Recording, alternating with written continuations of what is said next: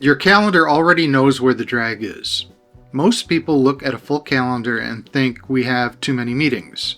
And sometimes that's true, but it's not the whole read. The better question is not just, why are we meeting so much? The better question is, what are these meetings compensating for? Because a calendar can tell you a lot about where a team is stuck. The weekly sync, where the same 3 decisions keep coming back. The pre-meeting before the real meeting, because nobody is quite sure which direction the conversation is supposed to go. The alignment check-in that keeps recurring because the first alignment never really held. The escalation call that became a standing invite because ownership was never clearly assigned. Those are not always scheduling problems. Some of those meetings exist because a decision was never trusted to hold, and that distinction matters. Because if you treat every recurring meeting as a calendar problem, the solution looks obvious. Cancel the meeting. Shorten the meeting. Make the agenda tighter. Move it from weekly to bi-weekly. And sometimes, sure, that helps. But if the meeting exists because a decision underneath it never closed, canceling the meeting does not remove the drag. It just removes the place where the drag was visible. The calendar is not the problem. It's the receipt. It shows you where the organization keeps paying for decisions that were never fully settled. Here's a simple way to think about it. Before you cut the next recurring meeting, ask what decision it's orbiting. What keeps bringing people back into the room? What question never quite gets answered? What ownership never quite lands? Where is the team still waiting for permission, clarity, or confirmation? That's where the drag usually is. A meeting may look like coordination on the surface, but underneath it may be carrying an unresolved decision. It may be carrying a trade-off nobody wanted to name. It may be carrying authority that was never transferred. It may be carrying discomfort because the team isn't sure whether the decision is actually final. So how do you tell if a decision actually closed? Well, I'd use 3 simple questions. First, who owns this call and do they know it? Not who runs the meeting, not who takes notes, not who sends the follow-up. Who actually has the authority to make the decision and make it stick?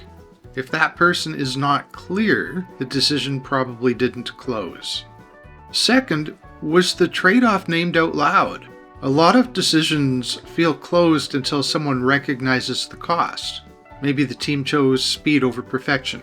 Maybe they chose margin over growth. Maybe they chose focus over optionality. Maybe they chose one customer segment over another. But if the trade-off was never named, people will often keep trying to preserve both sides. And that's where the meeting starts to come back. Not because people are difficult, but because they are still working from different versions of what they thought the decision meant. Third, does the team know the call is final? Or is every meeting still being treated as another chance to reopen it? That doesn't mean decisions can never change. Of course they can. New information matters, customer pressure matters, financial reality matters. But if nobody knows what would reopen the decision, almost anything can reopen it. A concern, a new opinion, a hallway conversation, a founder question, a nervous stakeholder.